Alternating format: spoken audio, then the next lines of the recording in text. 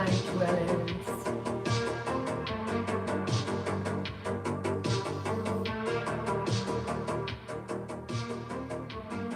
Hello, night dwellers.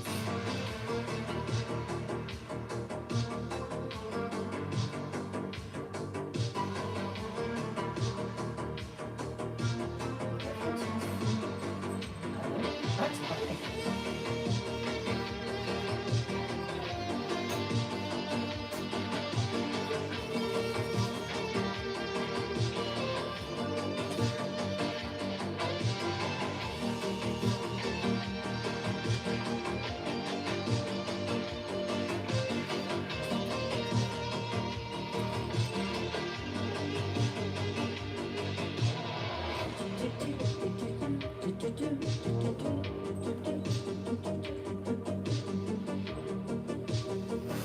Hello, hello.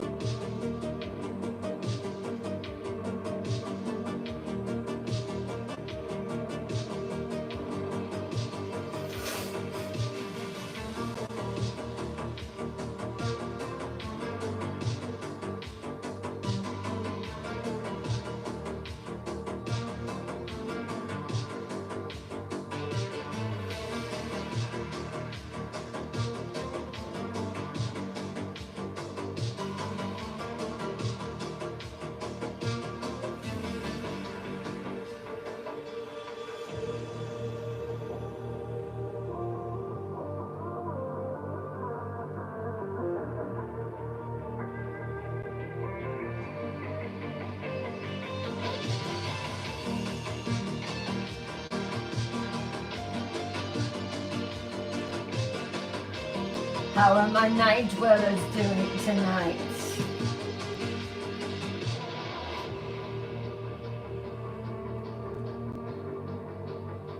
Hey Judy, hey Tammy Weber, hey Julie, hey Shirley, hello, hello, hello.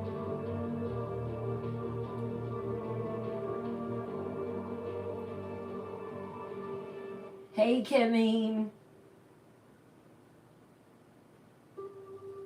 Lance movie buff and TV lover, hello. Hey Snow Tea, hello Teresa. Hello there, welcome in, come on in, make yourselves at home.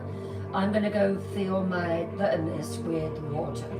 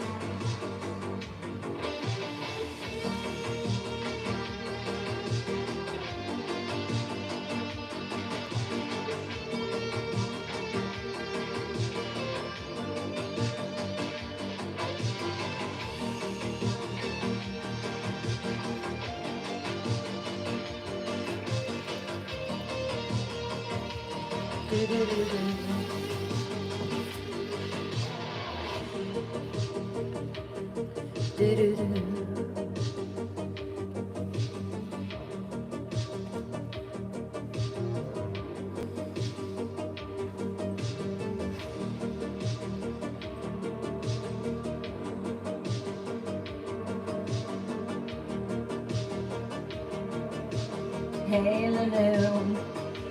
Hey Debbie, how are you?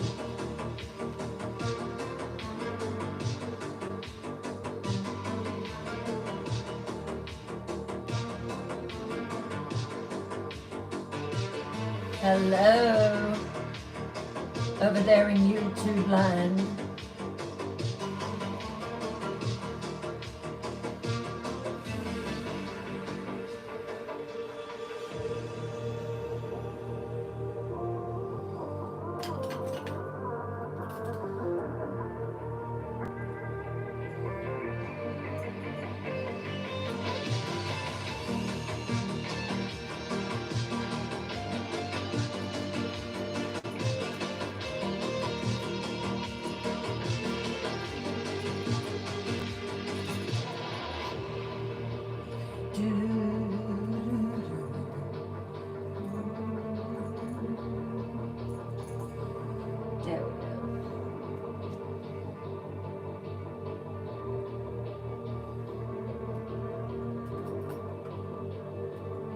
Hello, James.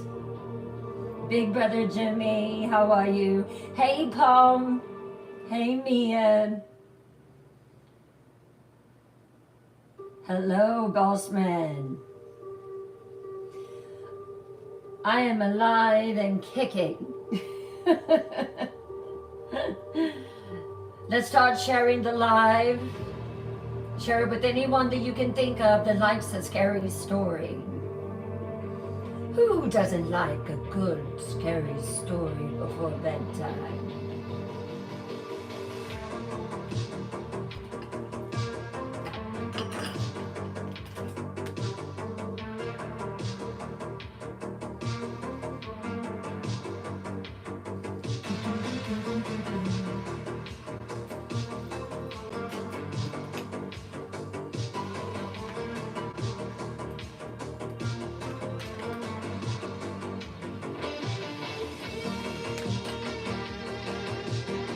Hello, Jeanette. Thank you for the follow. Jeanette, do you like scary stories?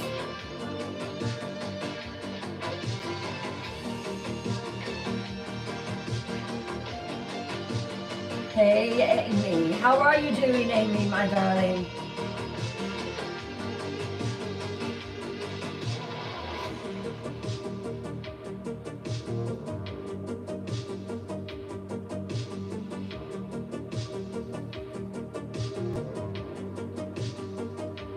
That's right, Bonnie Sue. Tap to the music.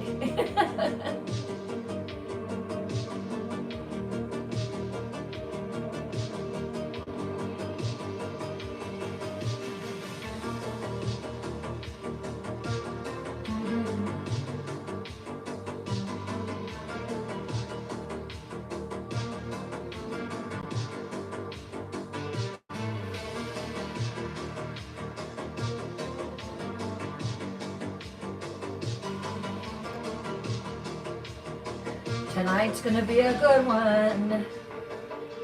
Do you like cryptids? I have no idea where this came from.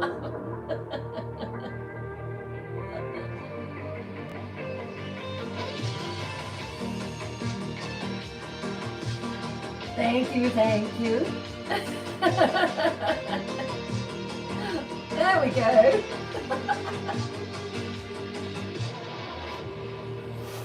Hey, X, how are you? I know, right? God, that would be ridiculous. Yeah, that would be that'd be a little silly.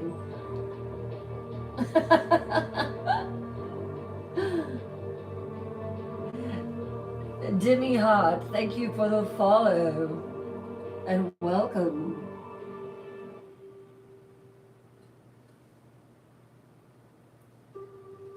We'll do about 5 and then we'll get started.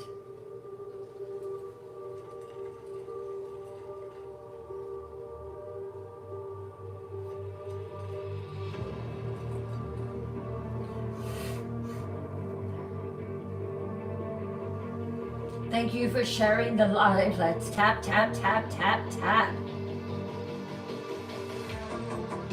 We're starting to get noticed. Night dwellers, let's keep that going. The things that I hear is it is the most welcoming and warm community, and that is something that we are proud of. This is a warm, safe, loving, welcome environment where you can come in without any judgment and sit down for two-ish hours and just listen to stories with people that love them just as much as you do.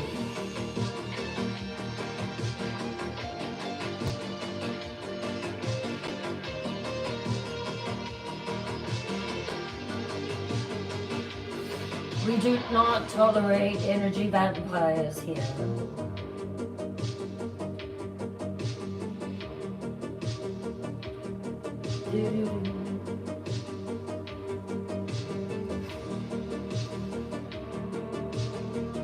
Tap, tap, tap, tap, tap, tap, tap, tap. Tap it, tap it.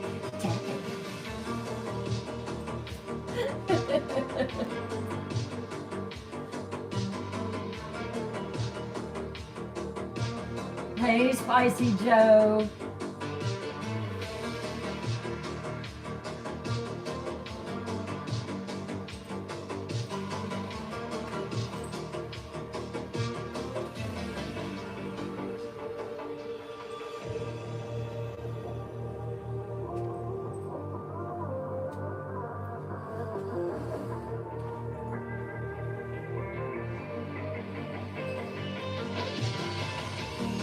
Hello, Dennis.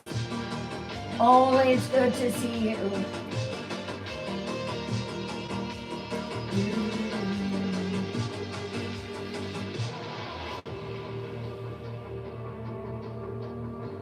I just have to give a big shout out to Santa Paranormal again. I wasn't expecting to hear such kind words last night, and y'all are just a unbelievably warm and welcoming family as well. And I just love you all so much. He is absolutely incredible.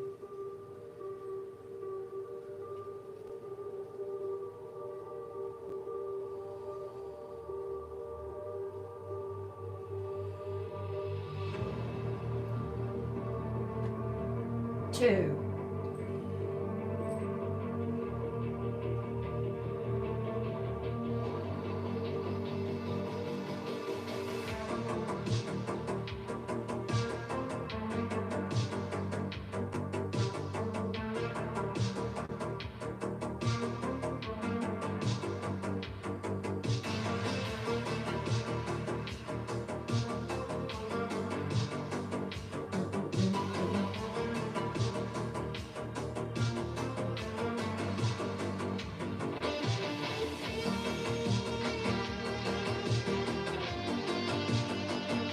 Hey Martha, how are you, darling?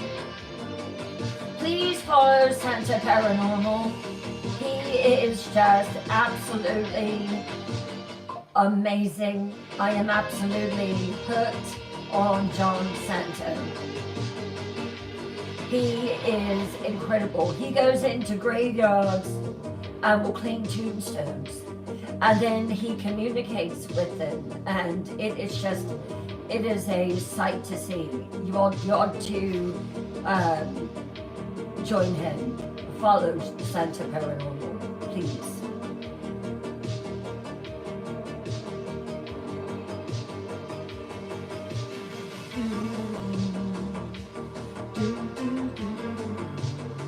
Hey, who's that girl?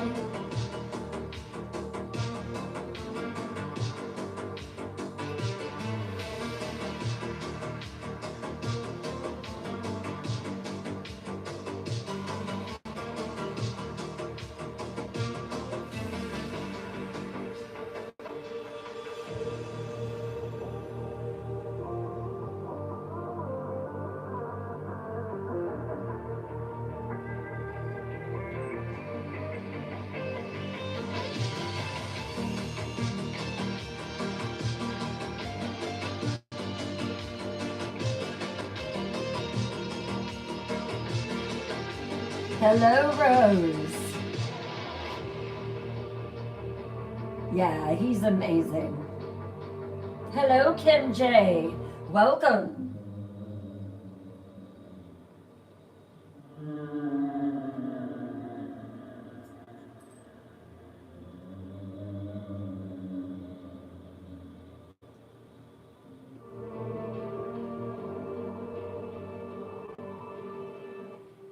All right, everyone.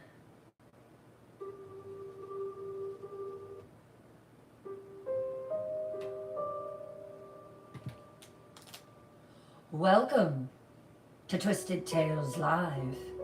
I am your host, Bryn Morgan. I'm a horror author.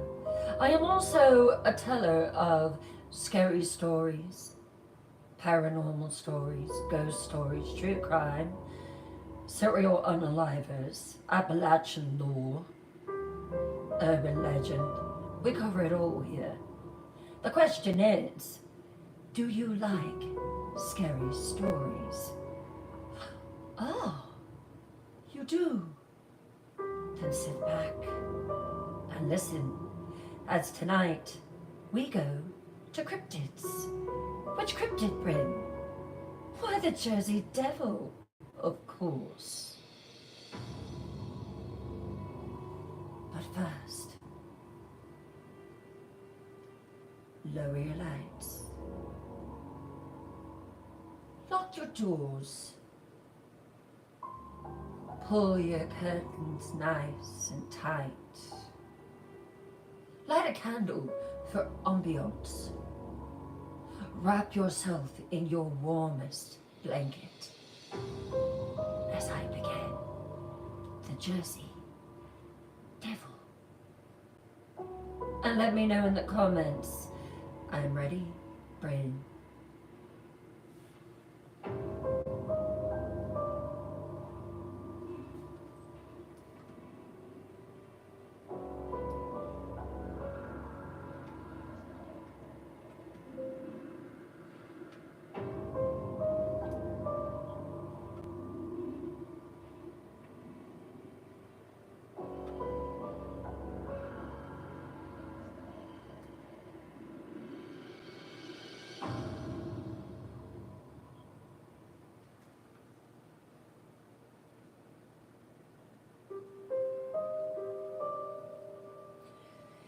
Continue to share the live, continue to tap the screen, if you will.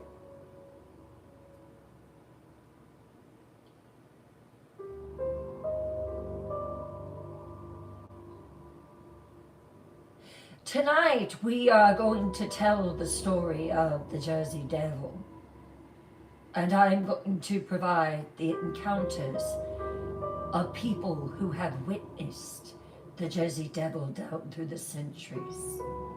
We'll start at the beginning, though.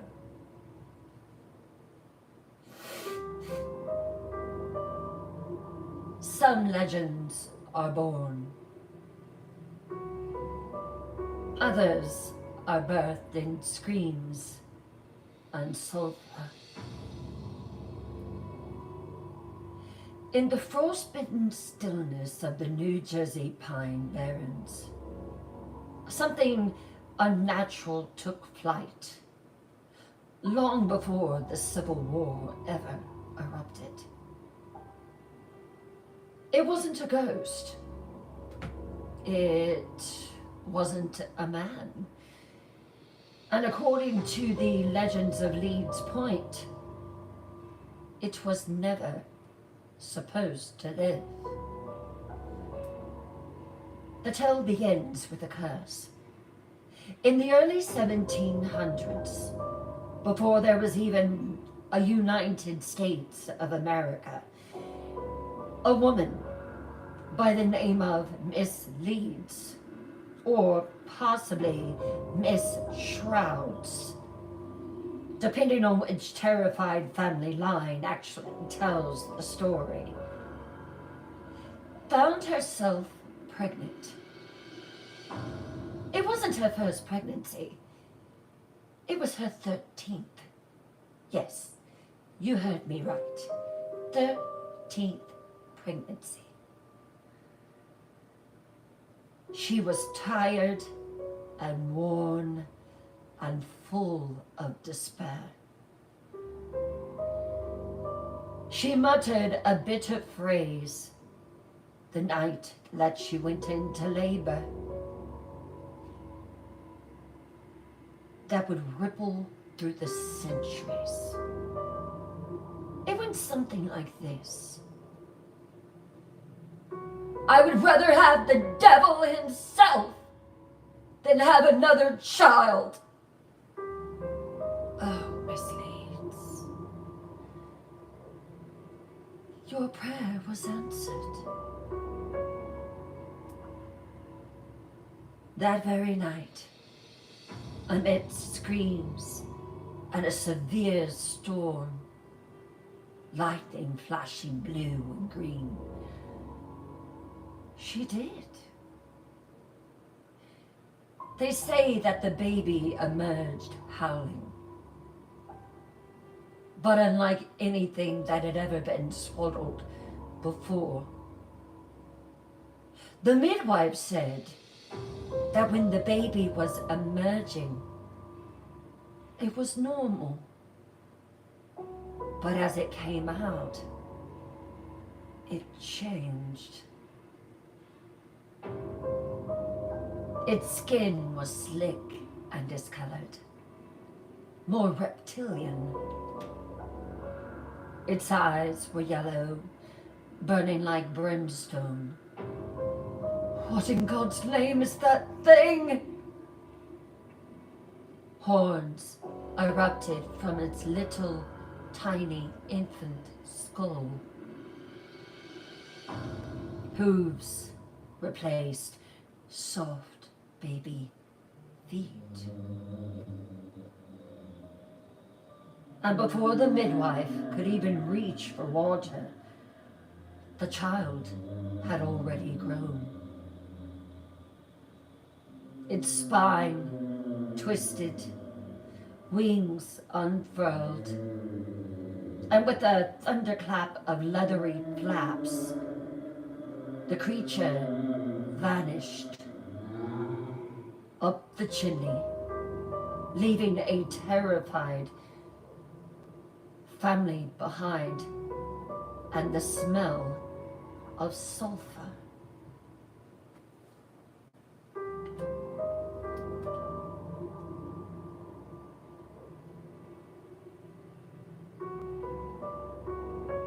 Oh, shoot. Hold on one moment.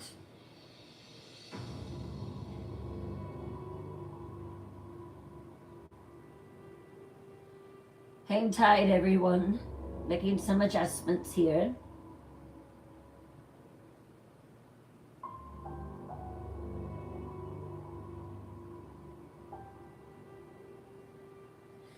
There we go. It should be fixed now. Thank you, X.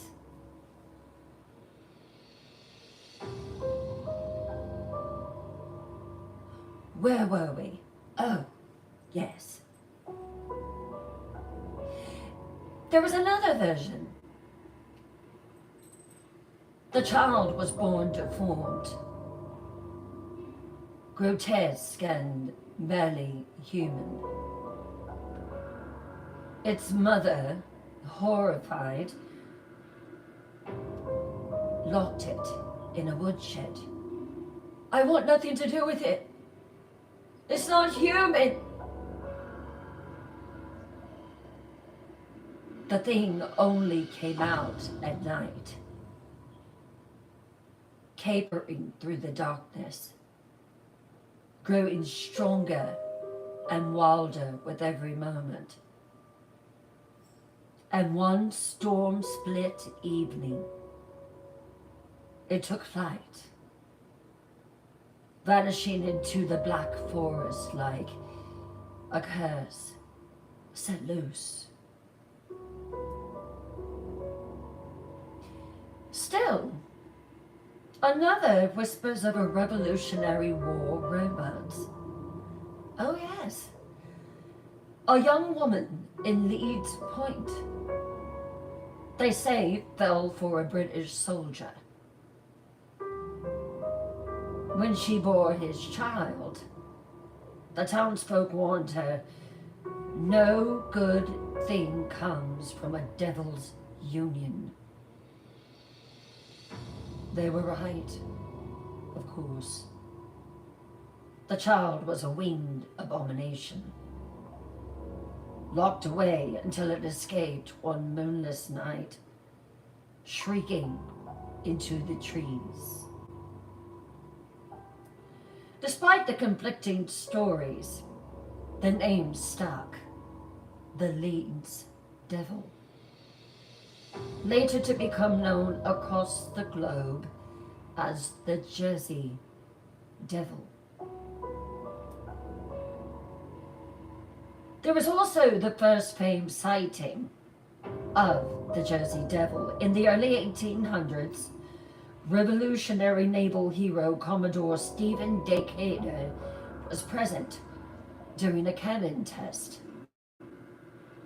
A mysterious winged creature, and I'll show you a picture in a moment, was struck by a cannonball. The shot left a perfect hole, yet the creature continued its flight toward the woods, unfazed. So was it a curse, a punishment, or something born before the first pine split the sky? In the stillness of that forest, something was watching, something was waiting, and something had wings. So as I was looking it up the past few days, I've been looking up pictures of the Jersey Devil. And this is what I was able to find.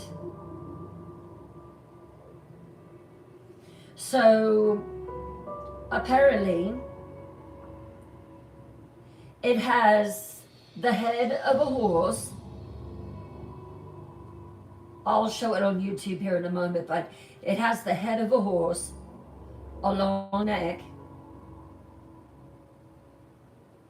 legs with hooves, wings like a bird.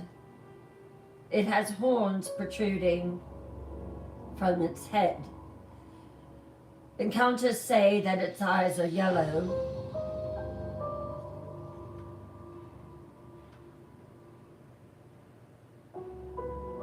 That is the Jersey Devil.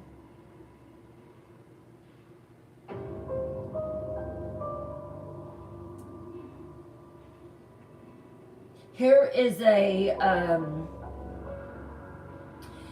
a better rendering. This is actually on a greeting card, but this shows it with the horse head, the horns, the wings, the tail with a pitchfork at the end, long legs with hooves.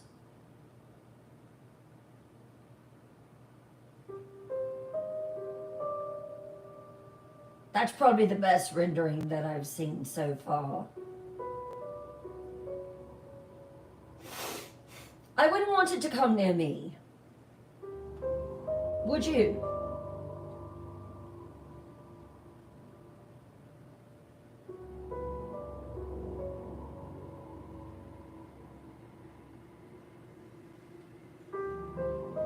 So now you kind of have an idea.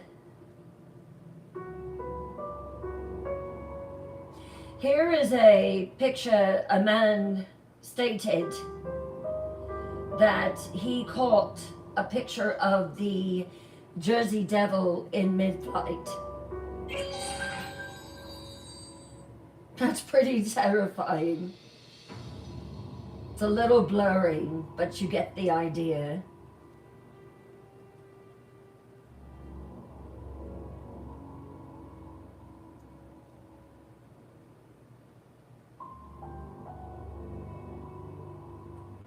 So there we go.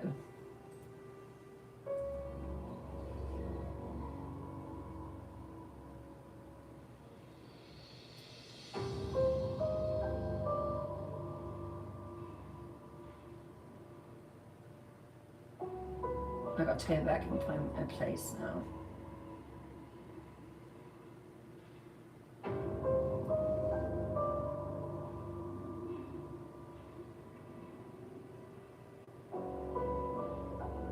So as I was saying, when Commodore shot the cannon, leaving a perfect hole, this thing did not falter. It didn't scream, it did not fall. It simply kept flying forward and toward the trees, like the very laws of nature meant nothing to it. Another famous sighting came from Joseph Bonaparte. Joseph Bonaparte, Napoleon's own brother, He had taken exile in New Jersey. He purchased an estate near the border town, and he spent much of his time hunting. In 1817, after a snowfall, he tracked bizarre two-legged hoof prints through the woods. The prints ended abruptly, however, as though whatever had made them just suddenly took flight. Then he heard it, a hiss behind him. Bonaparte turned and stood face to face with a creature unlike anything that he'd ever seen before. This is how he described it. It was a horse head, bird legs, massive wings, a hiss like escaping steam. Bonaparte was too stunned to shoot, of course, so he watched the beast take flight and vanish into the pines. From that day forward, Bonaparte hunted with one eye on the trees and one finger on the trigger. But he never saw the beast again. Early 1800s panic. As the 1800s progressed, rural families across New Jersey began reporting dead livestock, chickens torn apart, goats vanishing into the night, blood trails with no prints nearby. Some claimed to hear a cry in the woods, something not quite human, not quite animal. It almost sounded like a woman screaming, some of them said, or perhaps a cougar's death wail. No one could agree on what it sounded like. One man said, "It sounded like hell." Good description. But everyone who heard it went completely quiet when the sun went down. The fear grew enough that W.F. Meyer, writing in the Atlantic Monthly in 1859, described how the Pine Barren locals refused to leave their homes after midnight. Grown men would not fetch water from a well. There had to be enough water in the house because they weren't going back out. Doors were barred with iron, and whispers spread of a creature with cloven hooves, black wings, and glowing eyes the color of the moon in the fall. Some said if you stared too long at it, it would stare back. So, was it a curse? A punishment? Or something born before the first pine tree ever split skyward?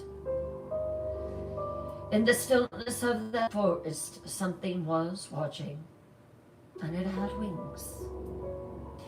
Chapter 2, The Screaming Tracks, 1840 to 1899.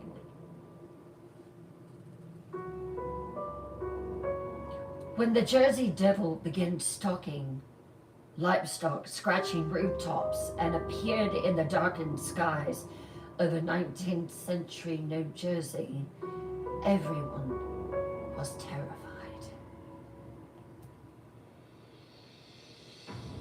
Before there were headlines, there were hoof prints and screams in the dark. As the decades passed, the Pine Barrens did not sleep. It wasn't just one report occasionally. It was one after the other, after the other, after the other. Though the world above was modernizing with railroads and revolutions, the woods remained untouched, feral, old, haunted. And deep within that twisted forest, something kept moving, hunting. The year was 1840, and panic took hold of the rural communities scattered across the South Jersey wilderness. The South Jersey wilderness wasn't like the Appalachian law, but it had its own. Chickens were vanishing one by one. Sheep, goats, even dogs were found mangled and partially devoured. The snow around them a stained altar of red. The calls, no predator that anyone recognized. And then came the footprints. These footprints appeared after storms mostly. Odd, two-legged footprints seen in Bridgeton, Smithfield, Haddonfield, and Leeds Point. Oh yes, it wasn't just Leeds Point that the Jersey Devil was showing up at. Sometimes they meandered. The hoof prints would be just very minimal. Other times they formed long, straight lines through the snow, stretching over fences and disappearing into the trees. But what terrified people most wasn't just the prints themselves. It was that they would suddenly stop.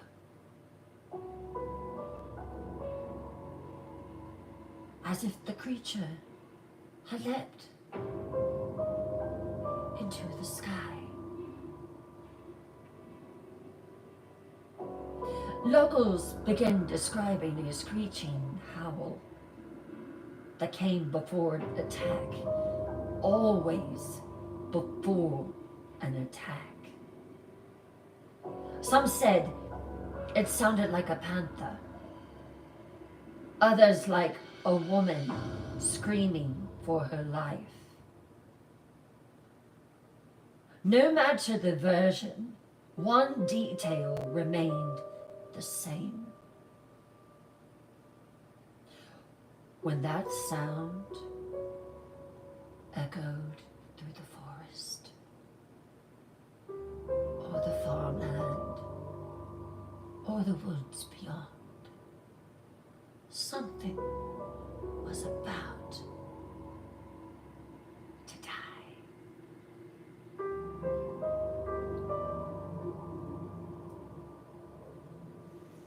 W.F. Meyer issued a warning. In 1859, W.F. Meyer, a journalist who was writing for the Atlantic Monthly, he ventured into the pines to record what he thought would be a quaint folklore. It got his attention because letters were being sent asking what was this thing and was there any way to get rid of it. But what he uncovered was fear, unlike anything that he had ever expected. His article in the Pines documented how entire families in the Pine Barrens refused, absolutely refused to go out at night. Even seasoned hunters would not venture beyond the edge of their farms. There were stories of black shapes moving between the trees. One farmer said he heard his chickens. He called it hollering up the storm. He looked out his window. He said he saw something with wings hovering above the coop. It wasn't a bird. He said it almost resembled the arms of a man reaching down and grabbing them up, one by one by one.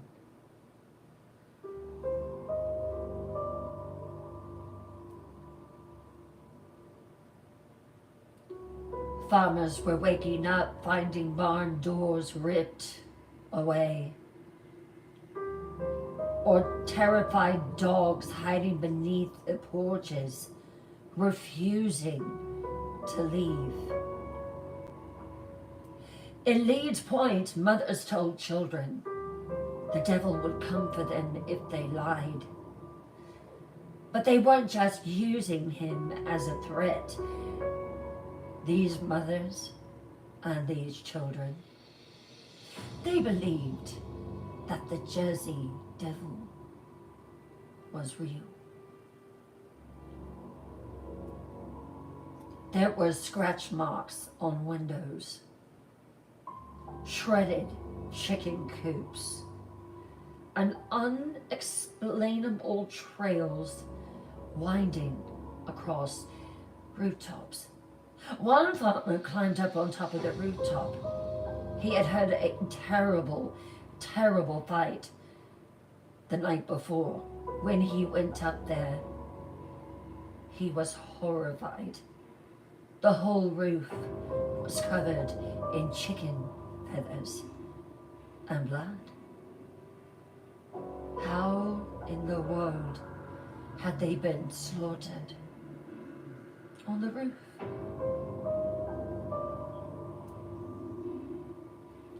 The terror spreads.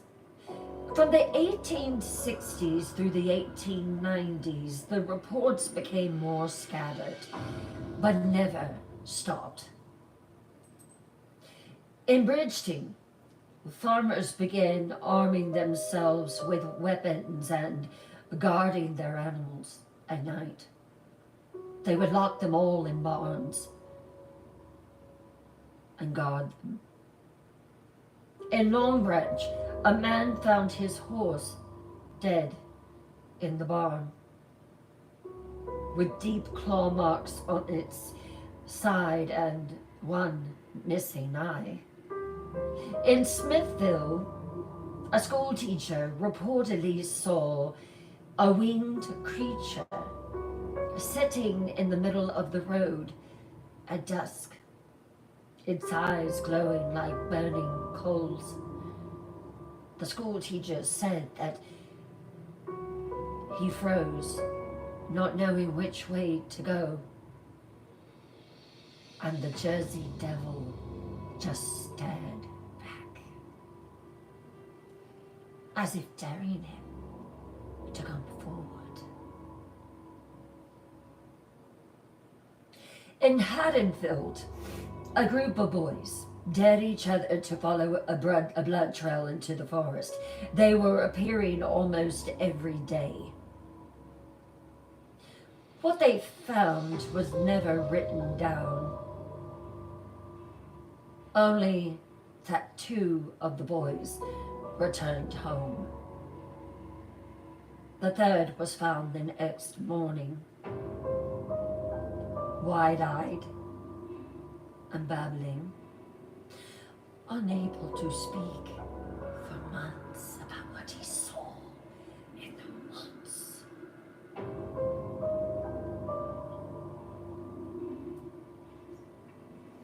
Then came the final major report of the century.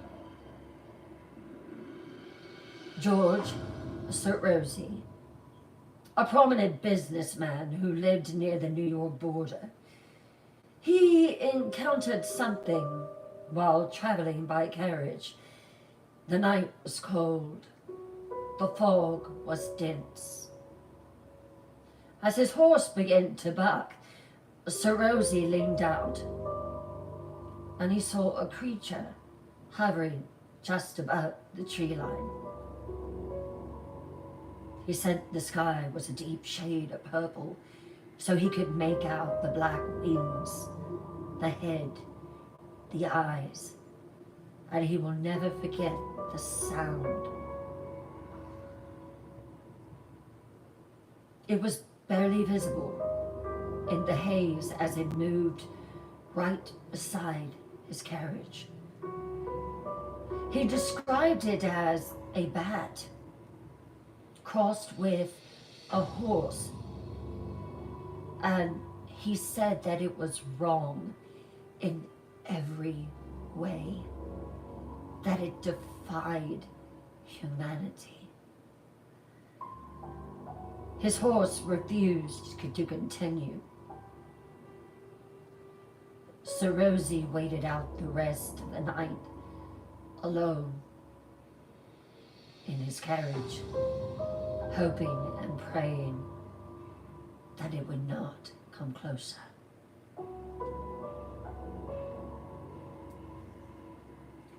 The next account comes from Charles Skinner's declaration. In 1903, as science and skepticism gained ground, Charles Skinner, author of Myths and Legends of America, declared the legend dead. There is no such thing as the devil of the pines, he said. It has ran its course. There would be no more tales of shrieking fiends in the woods, no more hoof prints on rooftops. But Charles Skinner spoke too quickly. He was wrong. The devil was not gone. He was only waiting. For 60 years, the devil crept through New Jersey's darkest places, clawing, flying, and screaming through pine-soaked nightmares. And just when they thought he was a myth and that it was all made up, he returned with a vengeance.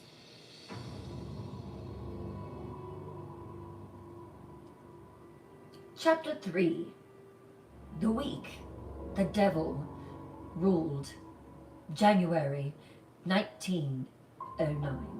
I'm going to take a sip of water while you answer your questions.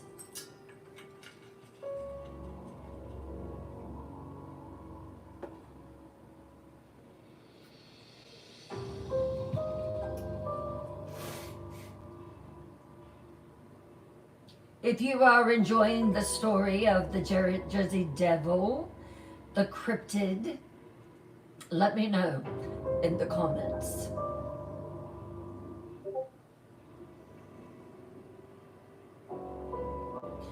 For 1 week, the devil didn't haunt the pines. He didn't haunt the forest. He walked the streets. It began with a hiss in the dark, a pair of glowing eyes in the fog. And before the week was out, the state of New Jersey, town by town, street by street, fell under the reign of a nightmare. The year was 1909, and for 7 days, the Jersey Devil was everywhere. The first sighting came on a Saturday night, January the 16th, 1909.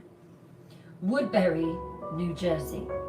A man named Thack Cousins was the first to go public with it. He saw a white-winged creature fly low across the street. It moved unnaturally, faster than any animal that he'd ever seen. This is what he said. There was this white cloud, he reported. It was like steam. And there were these two glowing eyes. That's all I saw before it disappeared. One question. Mr. Cousins, the Jersey Devil has been known as being black. Not this one. He was white. I'm telling you, he was white and he had glowing eyes. Only hours later, in Gloucester City, James Felden discovered hoof prints. 8 yards in a row, scattered and erratic, ending in a junkyard. He wasn't alone. A woman nearby, Miss Schindel, would say that she saw a two-legged cow with wings. And this, night dwellers, was just the beginning. Sunday, January the 17th, Bristol, Pennsylvania, 2 a.m. John McCowan was jolted awake by a baby's scream. Then something else, a scratching sound, he said, like a phonograph needle before the music starts. You know that sound. Then a whistle, like a factory alarm. It wasn't mechanical though, it was alive. Minutes later, Officer James Sackville heard dogs barking. He turned, and there in the shadows stood something unnatural. A winged creature, hopping, howling. Sackville pulled his weapon and fired, but the beast didn't fall. It moved too fast, and it took flight into the night. Not long after that, Postmaster E.W. Minster awoke with insomnia. He stepped outside on his porch and looked toward the Delaware River, and that's when he saw it. A glowing figure with curled ram-like horns. He said it was very clear. Wings, and that it had a neck like a swan. Flying across the water, it shrieked. He said it was a sound like a squawk and a whistle all at once. Neighbors around the area woke to hoof prints in their yards. Monday, January the 18th.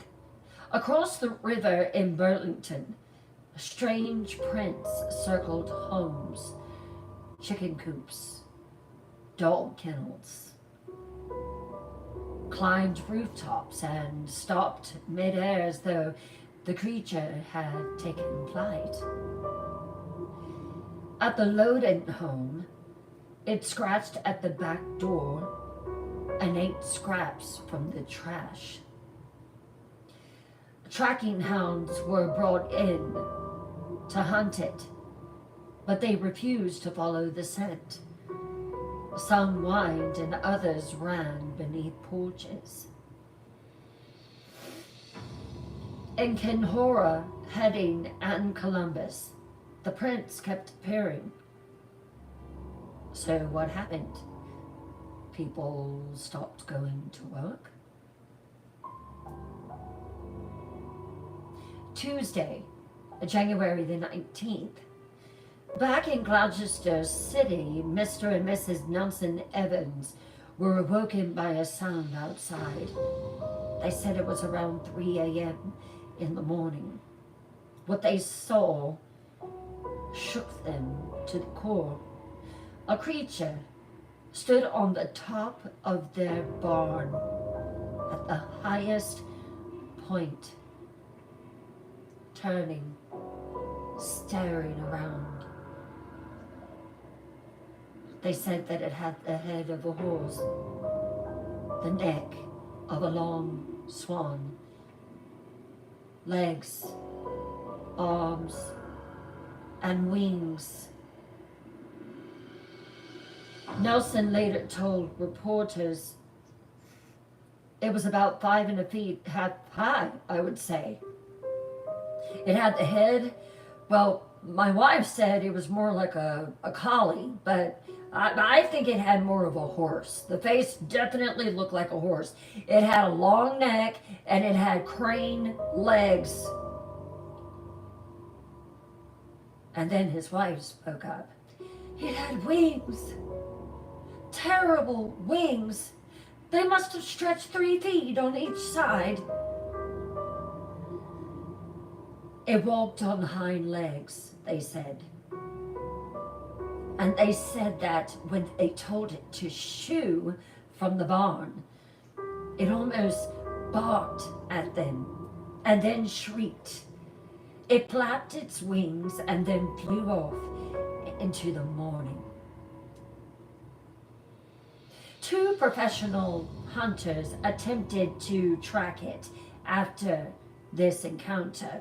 They claimed that it could easily jump 5-foot fences and slip through 8-inch gaps as if it was no issue at all. One hunter swore never to leave home unarmed again. In Camden, a little girl fainted when she saw the tracks, one larger than the other. She said, "Mommy, it looked like its feet were deformed." Another witness described the creature as a possessed possum with wings. Wow, so many different descriptions. Now we're at a possum. In Swedesboro, it was a horned creature with the face of a horse. In Glasgow, the tracks had 3 dog-like toes. In Collingswood, a posse saw it fly toward Moorestown. In Mapleshade, John Smith saw it glide over Mount Carmel Cemetery. It never was flying extremely high, just above the trees, just above the rooftops. George Snyder, another man, saw it too. It was hairy. It was about 3 to 5 feet tall. It had monkey arms, dog face, split hooves, and a tail like a whip. In Riverside, there were hoof prints on rooftops and, terribly, a dead puppy found down below.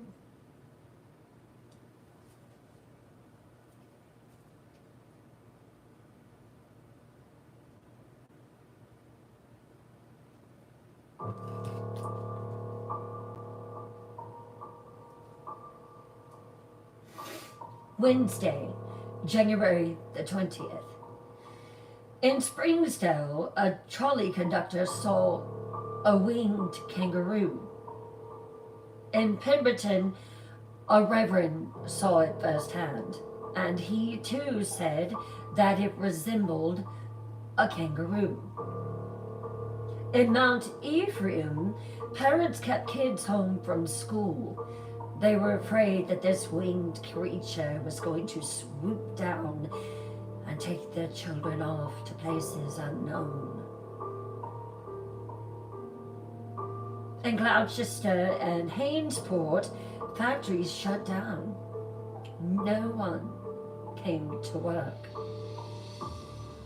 By now, the state was in a full-blown panic.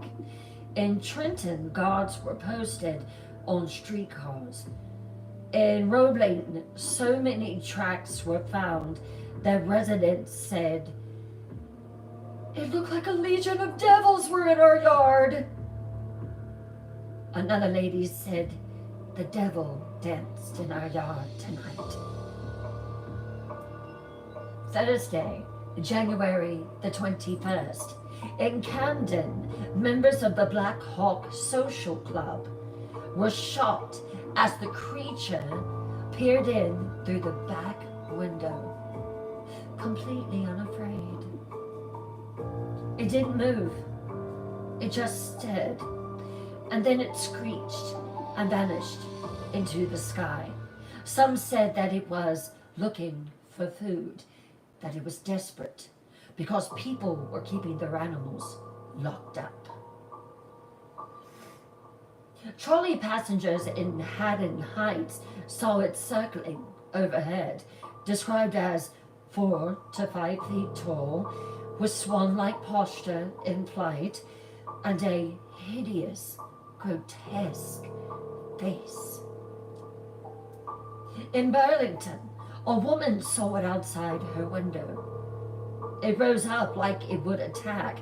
She slammed the glass and collapsed in terror. Police were ordered to destroy it on sight, but it always managed to escape. In Trenton, Councilman E.P. Whedon heard something on his roof. The next morning, he found hoof prints in the snow on the second story of his home. That same night in Philadelphia, a woman saw a 6-foot scaly creature spit flames before fainting in her yard. Her husband chased it with a pole. A second man nearly hit it with his car. Again, it took flight. Beaver Pond near Pleasantville, a telegraph lineman named Howard Campbell encountered something coming down a wooded trail. Terrified, he climbed the pole, and when he saw what it was, he passed out on the wires. Another lineman nearby saw it as well, and he fired a weapon, injuring one of the devil's wings. It screamed, screeched, limped off, and then took to the sky. Campbell was rescued, but the damage was already done. The story made headlines across the region and across the country. In 1 week, over 1,000 people across New Jersey and Pennsylvania reported sightings, sounds, tracks, and attacks. Do you think that they made that all up? The newspapers called it mass hysteria. But those who heard the shriek, and those who saw the glowing eyes, and those who found the prints circling their yards, they knew the truth. The Jersey Devil did exist. The devil had walked among them for a week, and he would again. Chapter 4, After the Storm.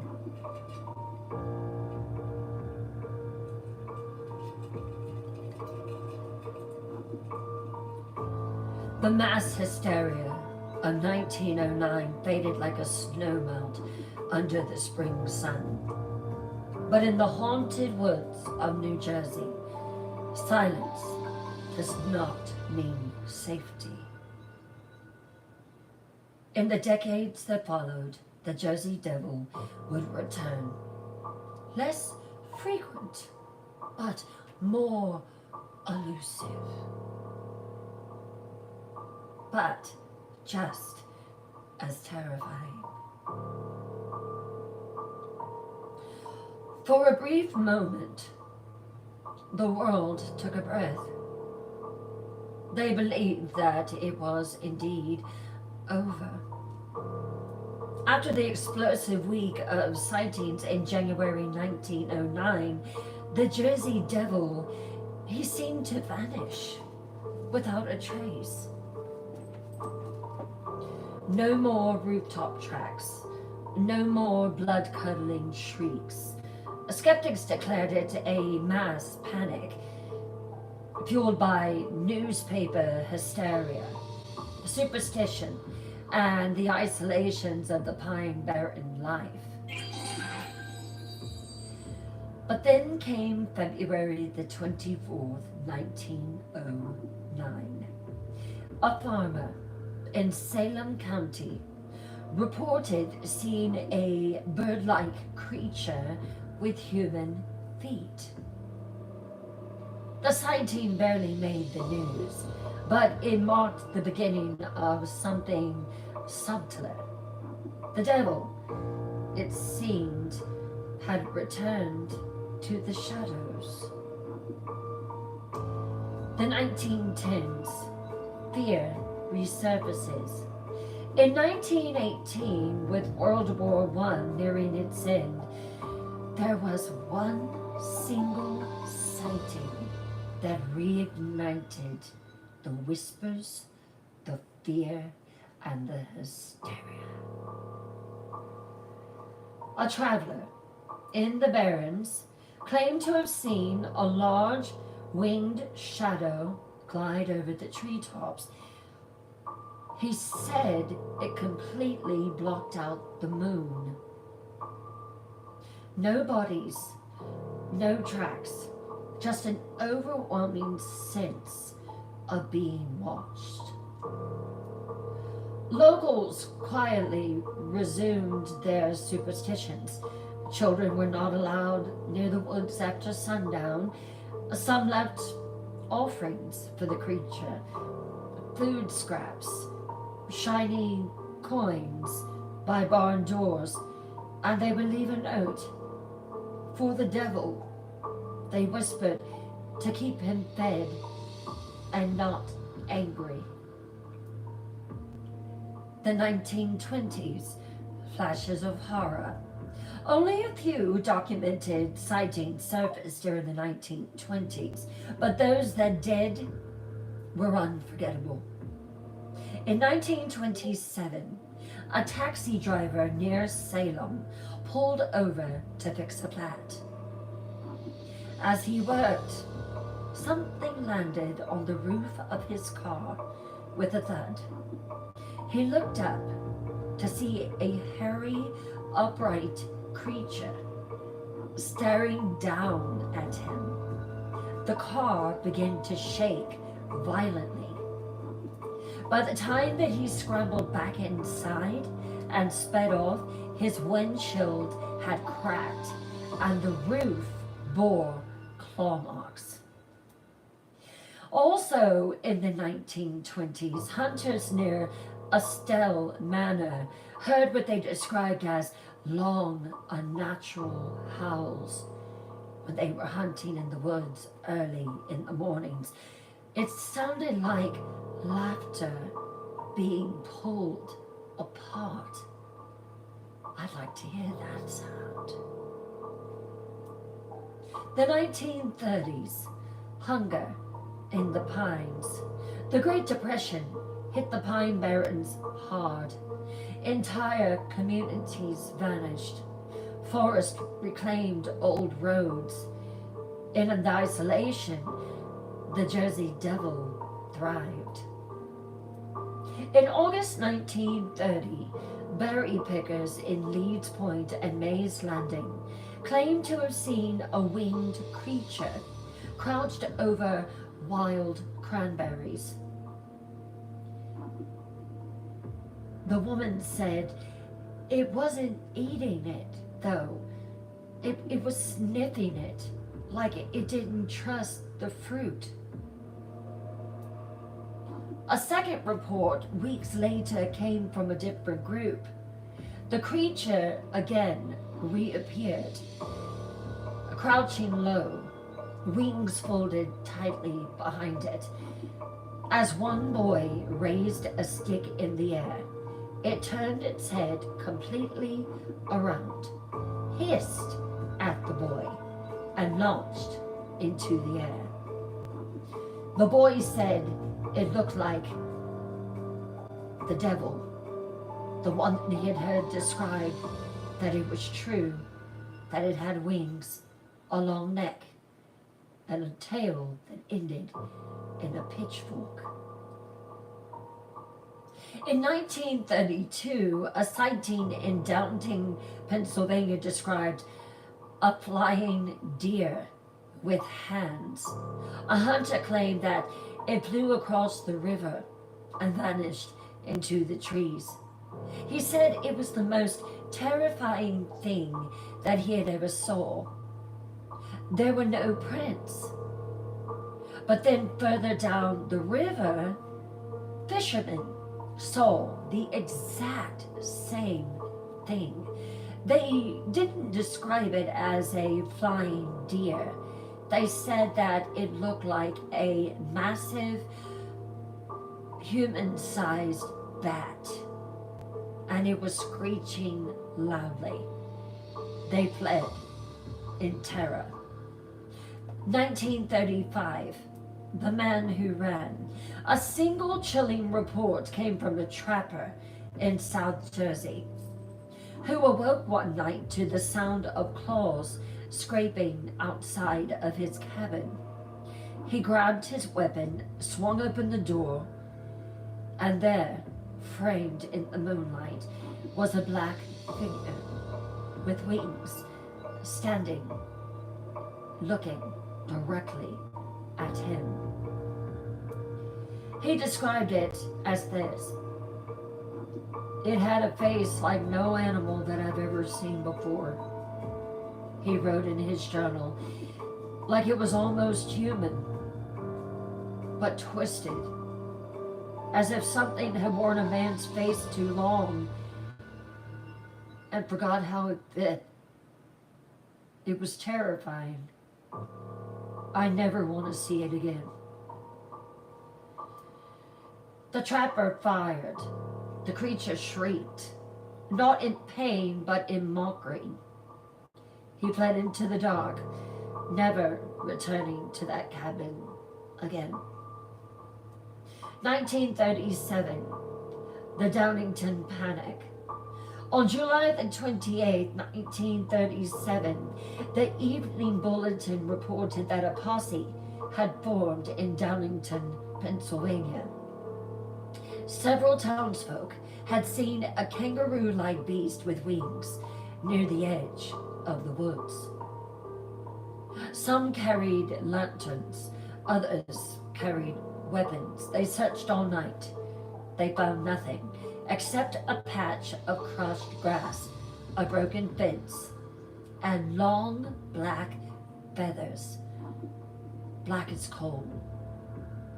No one could explain what kind of bird that those feathers belonged to. They were tested. They were hollow, but not like any avian species known to the region.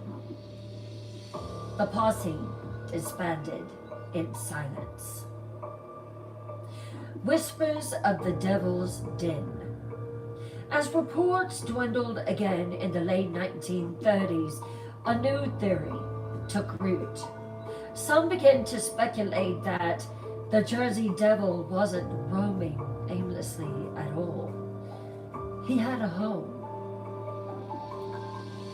A mysterious pool in Winslow Township, known as the Blue Hole, drew renewed attention. Local stories claimed it was bottomless, with water icy cold even in the summer. Some spots of it, though, were oddly warm. More than one person claimed to have seen steam rising from the center, even in the dead of winter.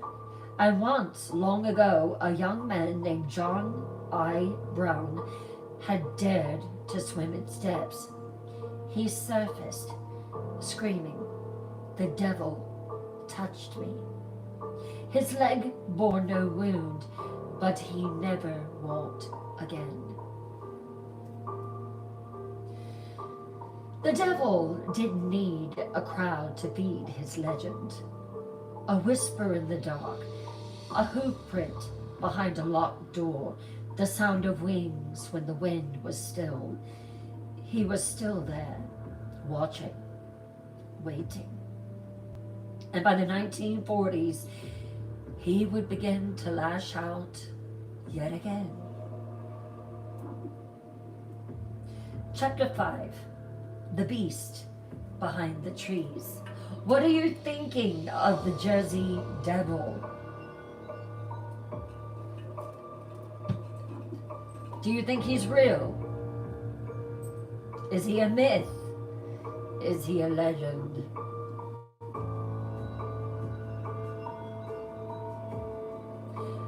(1940 to 1959). The war may have ended, but the Devil's campaign, well, let's just say it was just beginning. The world plunged into chaos with the World War II. And while soldiers fought across oceans, the Pine Barrens kept their own secret war. Something moved through the trees, tearing at canvas tents, howling through the mist, and watching from the black. The Jersey Devil was not gone. He was preparing. The 1940s saw fear give way to disbelief. In the minds of most, the Jersey Devil had become little more than a Halloween tale, a ghost story for the campfire. But those who lived on the edges of the pines, they knew better. Why? Because something was still unaliving animals. The Fort Dix accident. Shortly after the war ended, strange events gripped Fort Dix, a military base that was south of Trenton. Reports emerged of tents slashed open, gear strewn about, and equipment vandalized. At first it was blamed on enemy sympathizers, or perhaps even eternal sabotage. Then came the night one soldier saw it, and he too said something that had been said back in the 1920s. It was a white thing. He said that he chased it into the woods with his weapon in hand, but that the creature moved too fast, too unnaturally. He fired and was met with a scream that echoed for over a mile. The camp was never able to identify the attacker, but men began refusing night patrols. Whispers of the Jersey Devil had crept back into bunk conversations.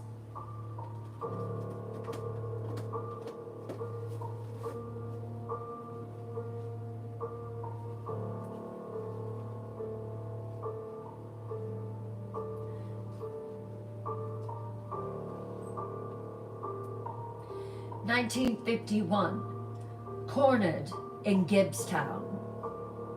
In November of 1951, a group of kids were playing near an abandoned clubhouse in Gibbstown when something landed on the roof. It was a shadowy winged creature. It leapt down and blocked the only exit that the children could escape from. The children screamed, backing away. Some of them were even crying, screaming. But just before it reached them, it bounded off into the woods. Authorities searched the area and they found claw marks, trampled brush, and a broken window 12 feet off the ground. No animal in the area could explain it. The bloody-faced devil. That same year in Gibbsboro, a posse of frightened townspeople formed after a string of livestock mutilations. Witnesses described chasing either a bloody-faced devil or a 7-foot-tall, hairy man. Tracks were followed to a wooded gully, but as they reached the center, they simply vanished. The ground around it was untouched, as though the creature had disappeared straight into the sky. 1953, Philip Smith's encounter. In 1953, a man known to the entire community as sober, honest, and rational, Philip Smith, came forward with a chilling report. He said that he had been outside early in the morning. He'd seen a strange animal walking down the middle of the dirt road. Not quite a man, not quite a deer. He followed it with his headlights. It turned. He said that its eyes were reflective, not like a cat's, but deeper, like something looking back from another place. A yellow, very yellow. Smith turned off his engine and he stopped following it. And he said a few minutes later he heard a screech. He looked up above the treetops and there it was, flying. 1957, the bones in the barrens. In 1957, employees of the New Jersey Department of Conservation stumbled upon bones in the barrens. But they weren't deer. They weren't a cow. They were something else. Lying in the clearing were hind legs, feathers, and a vertebral structure that didn't match any known local species. A few employees joked, "It's the Jersey Devil!" One didn't laugh. He insisted the bone shape looked vaguely human. The remains vanished before any analysis could be done. 1959, the window watcher. In the summer of 1959 in Wall Township, 2 young girls were caught hunting illegally in the woods. When questioned, they were crying, not because of being caught, but because they were trying to find the devil. Why? They said that he'd been staring through their window every night for a week. The sheriff visited the home. They found scratches outside the glass at a height that was too tall for any child, too precise for any bear. When the girls were asked what it looked like, they described goat eyes, bat wings, and hands like you and me.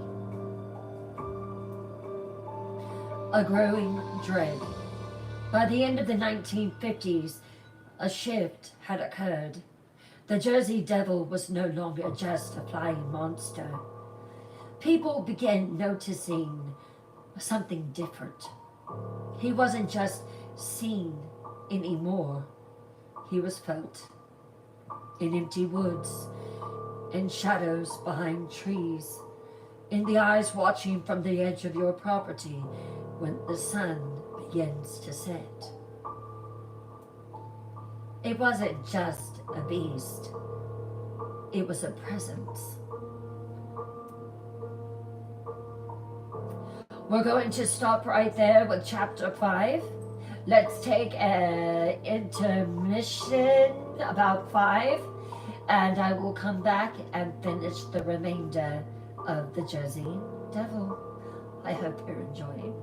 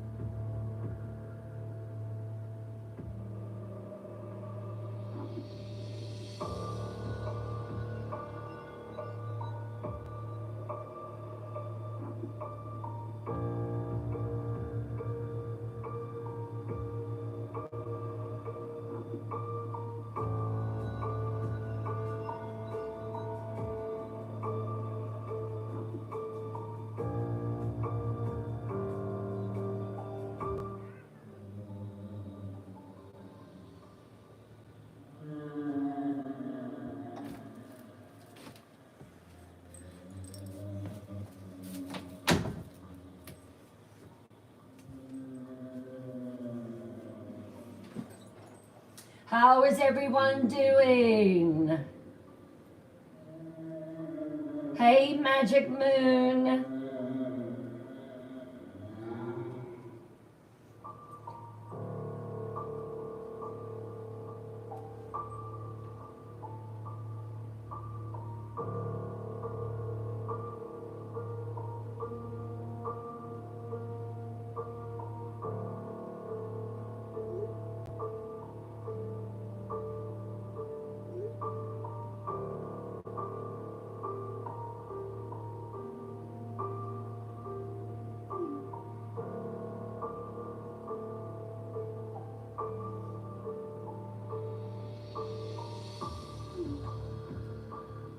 What? Oh, no, no, no, no, no. It is this humidifier that I have in front of me. And it gives this beautiful orange glow. No, it's not a candle. It's steam.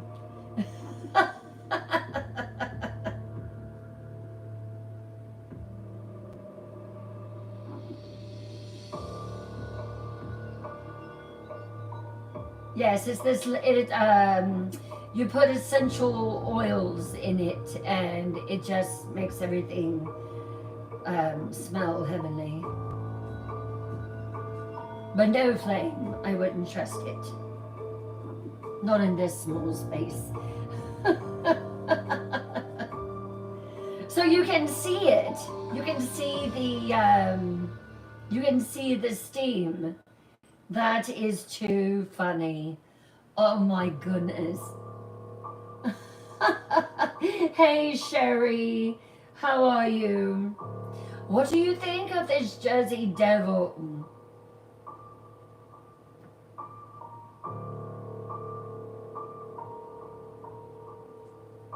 If you are brand new here and you're just coming into the live, my name is Bryn Morgan. I am a horror author and I'm also a teller of scary stories. Tonight is Cryptid Night for Chiller Monday, and I am telling the Jersey Devil.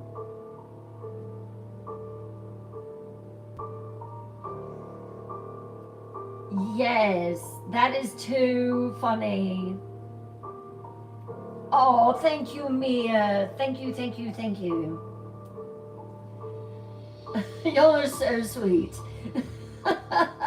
No candle. You made it to Ohio.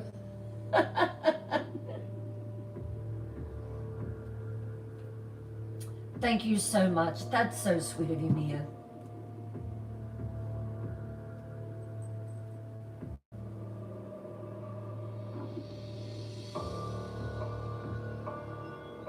Hey, Ray Bab.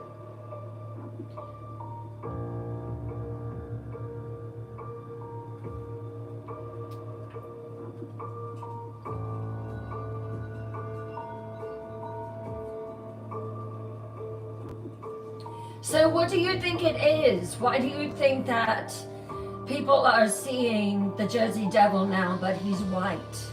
What do you think that is?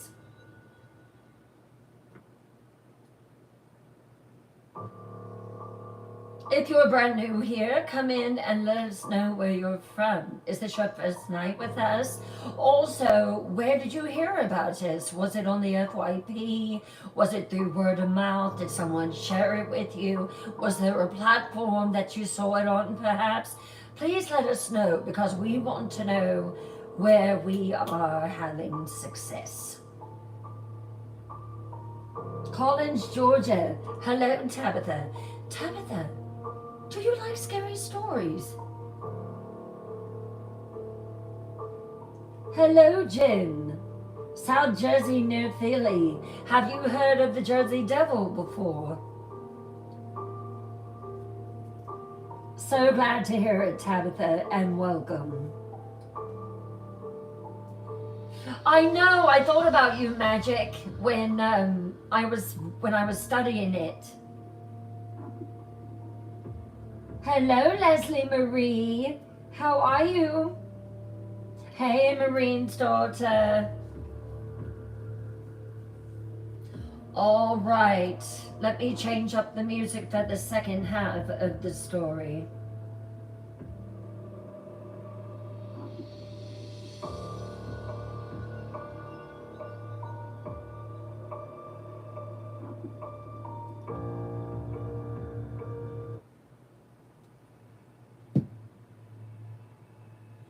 I hope that everyone is enjoying yourselves and having a wonderful time. Hello, hello. All right, everyone. Let's get back in the mood. Lower your lights. Light a candle for ambiance. Lock your doors. Pull your curtains nice and tight. Wrap yourself in your warmest blanket to avoid the chills that are about to enter your room. And let's begin the second half of the Jersey Devil.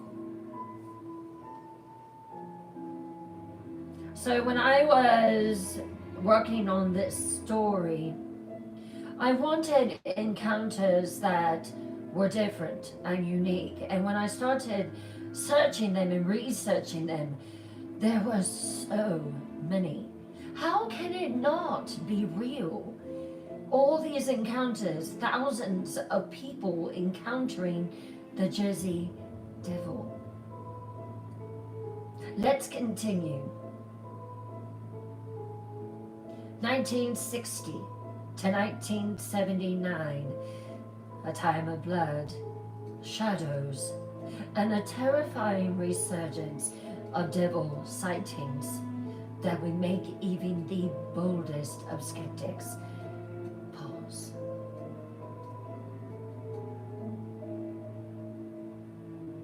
The 1960s brought with them revolution, unrest, and exploration. But in the Pine Barrens, nothing changed. Let me see if I can find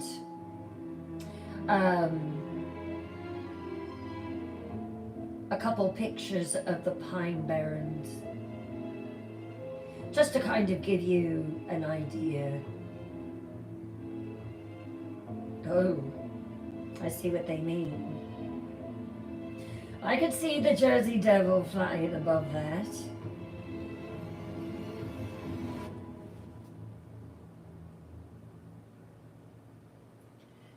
It's actually quite lovely.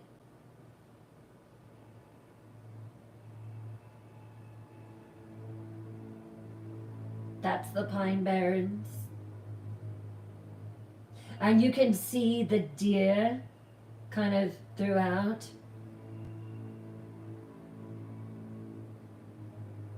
That's quite a lovely picture. I could see a winged creature streaking across the sky. Couldn't you? I could see a creature coming down that dirt road. Wings, screeching, howling.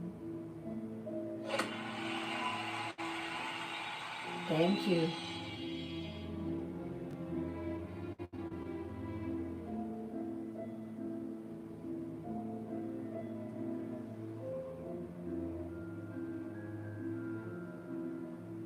Here's another picture of the Pine Barrens.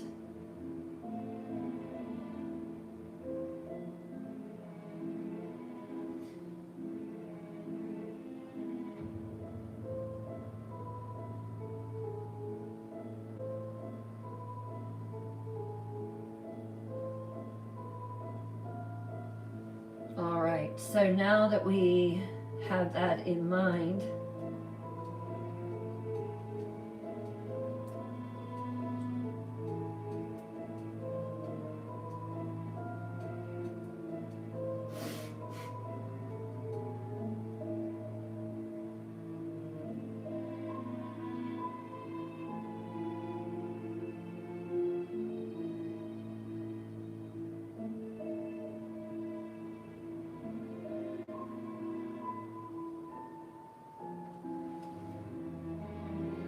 the 1960s shuddered in with unprecedented change.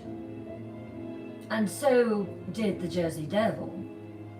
No longer content with just lurking in the shadows, he emerged. And this time, he was mad. Attacking vehicles, terrorizing campers, and leaving chaos in his wake. In 1961, two couples witnessed a winged silhouette crash onto the top of their car, leaving deep claw marks as testimony. By 1963, a group of experienced hunters near Lake Adson found uncanny 11-inch tracks that led nowhere but into a swamp.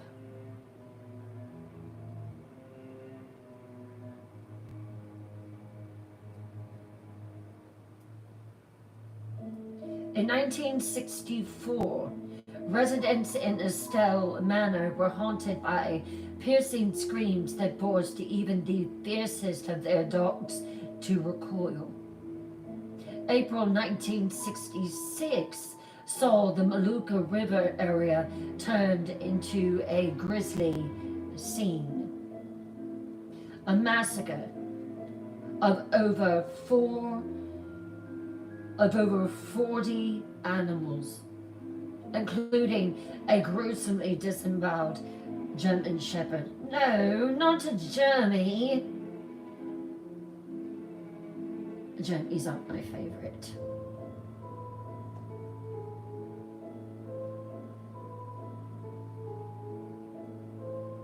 Unacceptable. Later that year in Edison, a couple observed a horse-like figure with strange proportions. And in 1969, a lonely driver in Sweetwater swore that the devil had crossed his path and caused his car engine to fail. The early 1970s marked a resurgence. In 1970, a child's hair was mysteriously pulled by an unseen force in Mercer County. In 1971, Leeds Point farmers again suffered losses to predations no earthly animal could commit. In 1973, a party in Manahawkin witnessed a massive black creature with red eyes that sent them scattering as its wing force blew items off of their cars. Reports throughout 1974 and 1975 involved mutilated livestock and unexplainable encounters in Pedricktown and surrounding areas. It was bold, and it would stand and watch. In 1976, an attendant in Jackson Mills reported being followed by the devil into his home. Finally, in 1977 and 1978, accounts ranged from a creature grabbing a car door handle to YMCA counselors locking themselves away after horrifying howls late at night. The 60s and 70s confirmed that the Jersey Devil was not a mere myth. It was a relentless, bloodthirsty force, forever adapting to haunt those who dared to step into its domain. Chapter 7. By the 1980s, the devil came closer to home. No longer content with the different shadows of the forest, he began to haunt windows, doorways, turning every glance into a confrontation with the macabre. At Adson Lake in 1981, a couple's tent was disturbed by the reflection of two large red eyes hovering near the water's edge. In 1987 in Vineland, okay, I'm not liking the Jersey Devil now. A German Shepherd was found gruesomely killed, its body bearing immense claw marks and hoof prints that defied nature. In 1988, three bicyclists camping in the pines were paralyzed by a high-pitched, inhuman scream, later reinforced by the sight of a torn trash bin outside of a local bar. In 1989, witnesses in Toms River and Barnegat observed a creature silhouetted against a lightning storm. Its form was both monstrous and yet at the same time absolutely mesmerizing. More reports emerged of the devil peering through bedroom windows in Chatsworth, claw marks on screens in Little Egg Harbor, and ghostly faces pressed against glass in Medford. Across Batso and May's Landing, an acrid sulfur scent heralded his presence. Whenever you smelled sulfur, the Jersey Devil was near. As the devil took to windows and doorways, the line between myth and reality blurred. His gaze, his mark on the glass, left an indelible horror, an omnipresent watcher in the night. Chapter 8, The Devil in the Details, 1990 through 1999. The closer you look, the less human it becomes. In the final decade of the 20th century, technology promised to reveal all. But in the depths of the pines, cameras and cell phones failed to capture the unexplainable, as the Jersey Devil made his presence felt more intimately than ever. In the early 1990s, 4 female college students camping in the Barrens experienced a moment of unspeakable terror when a creature, a nightmarish figure with twisted animal-like legs and outstretched wings, appeared in the flickering light of their campfire. Mid-decade, a young man in Barnegat followed elusive footsteps until a shadow swooped past his car, leaving him with the gut-churning feeling of being hunted. The Howell incident in Howell Township, where a father and son witnessed a ghastly, horse-headed creature while fishing, remains etched in local lore. In Jackson, multiple accounts detailed a creature circling power lines and then vanishing with a snarl. Then, on a blood-red full moon in Forked River, teenagers experienced a near-death encounter with a towering, glowering beast that shattered a car window with its scream. By 1999, hikers discovered clawed tent flaps and echoing heavy breaths, ominous signs that the devil was sending his final warning before the new millennium. The 1990s left us with haunting images and unanswered questions. The Jersey Devil's presence became almost personal, almost inevitable, with his message clear. Some nightmares don't end, they only evolve. Chapter 9, Into the Pines. The devil adapts. The woods remain, and no lens captures what does not wish to be caught. The new millennium brought high-definition clarity and digital records, yet deep within the Pine Barrens, the Jersey Devil continued to defy modern technology. On August the 31st, 2000, Sheila Fabi glimpsed a creature. She said that it was 7 to 8 feet tall, with a snout-like head and vulture-like wings. She said it had the ugliest face that she had ever seen, tracking her through the rearview mirror along a wooded stretch near May's Landing.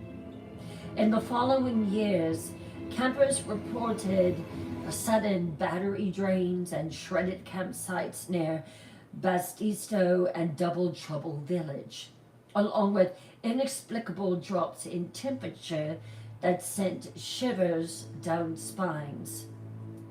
In 2009, a couple testing a new firearm encountered a force that shook the treetops and sent a cell phone hurtling from the woods, smashed beyond recognition. The eerie ambiance of the blue hole, with its shifting colors and inexplicable steam, provoked even braver souls, while an anomalous security camera clip near a Mays Landing home offered indeed a blurry, fleeting glimpse of the devil. Technology broke down, nature prevailed. As the Jersey Devil adapted to the digital age, he proved that no camera can capture the terror of the unseen.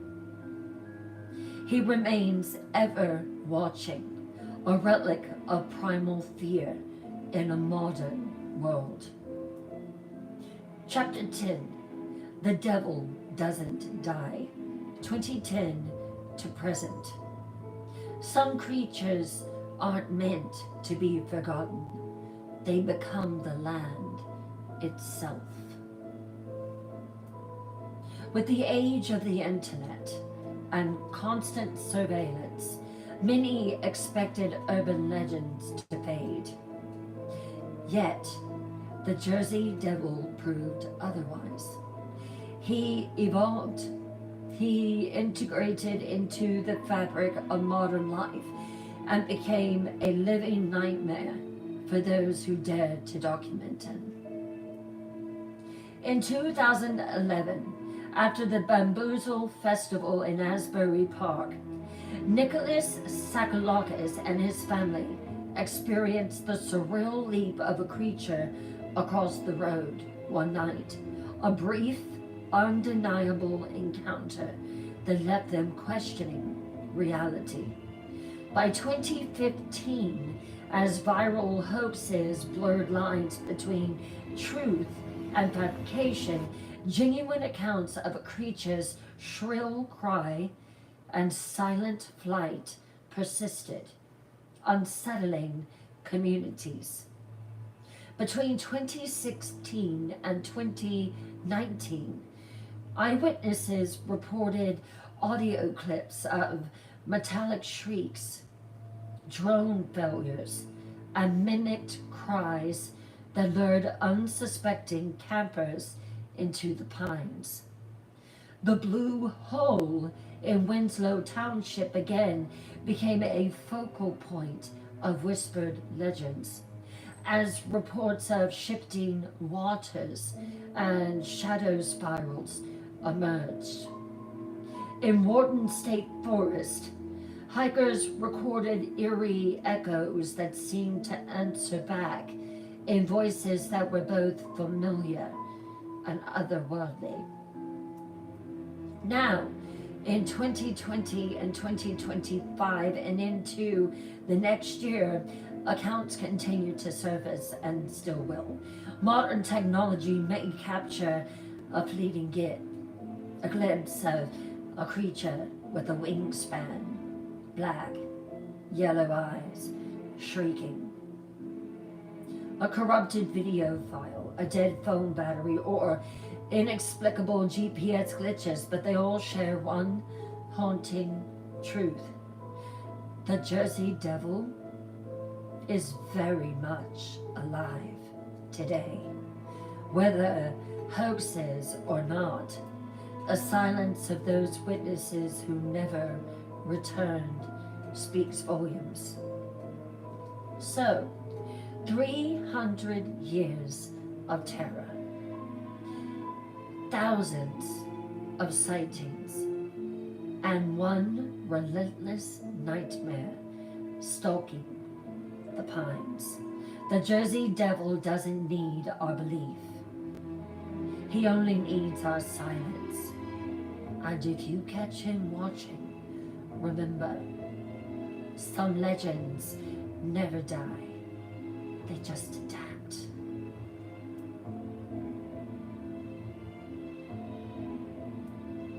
And that is the story of the Jersey Devil. So what are your thoughts on him?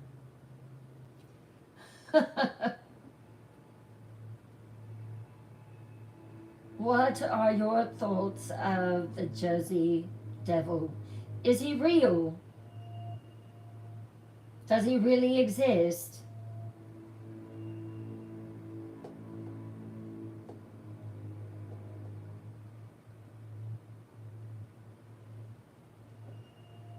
So glad that you enjoyed it, James.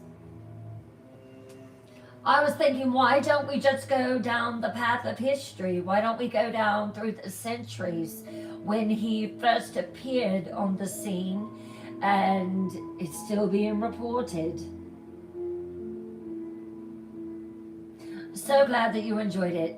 Thank you, Mia. Glad you liked it. Hey, Dan. Hey, Legend of the 80s. Hey, Spider Witch.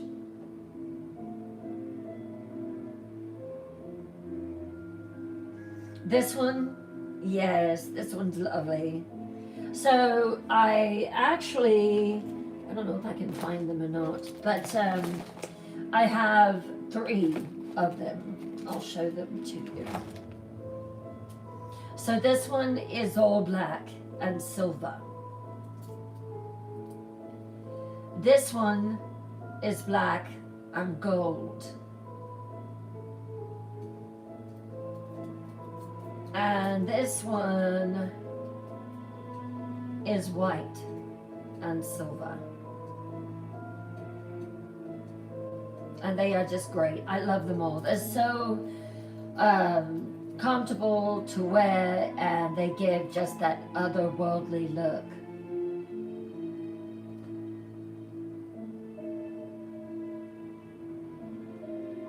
Thank you, Night Watchers, for a wonderful job posting the, you like the white, Lulu, for posting the questions.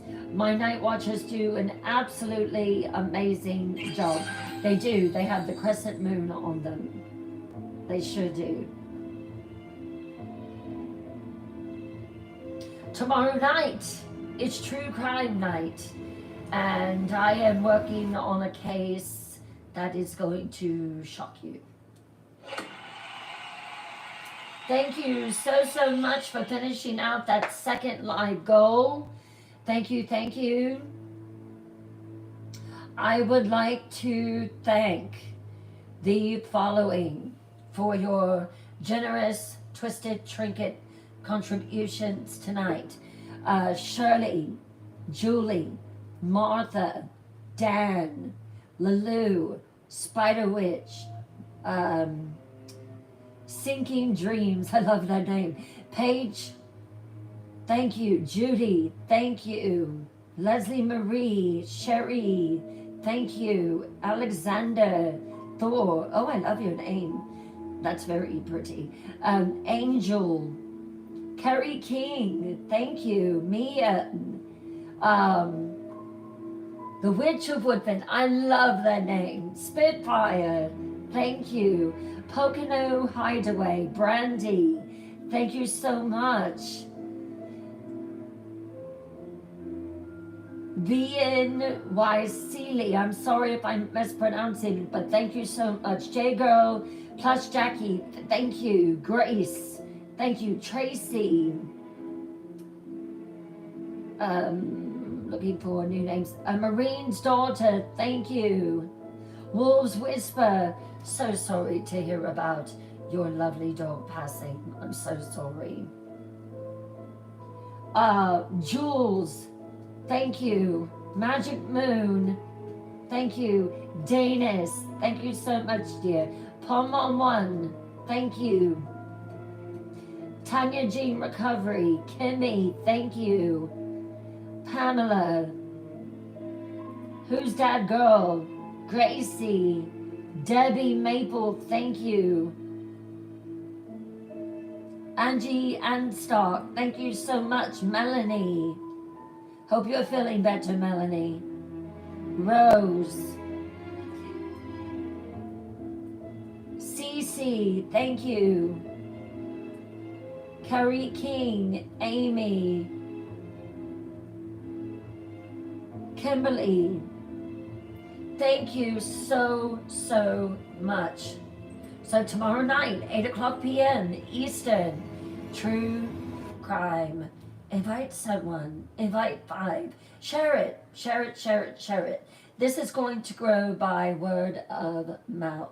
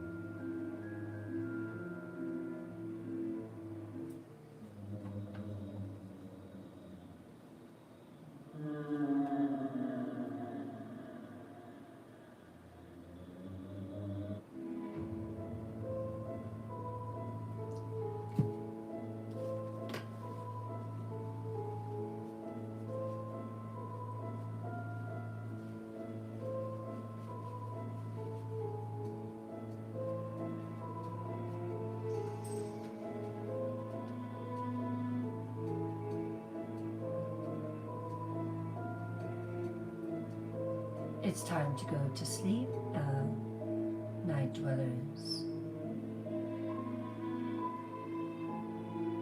Night dwellers, hush. The hour grows late. The veil is thin. The hands of fate now curl around your weary soul, where dreams slip deep in dark control. The candles flicker, cold winds bite, and something stirs beyond your sight. You felt it there, behind your screen, a whisper from your shadowed queen. I reign where moonlight dares not gleam, the ruler of your last long dream. With crown of thorns and voice of flame, the Queen of Shadows speaks your name. So bow your head and lock your door. The dead still walk and beg for more. And when the dark begins to see, you'll know you gave your fears to me. In the darkest corridors of your nightmares, you belong.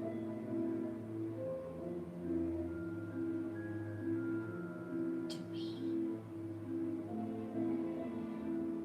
To me.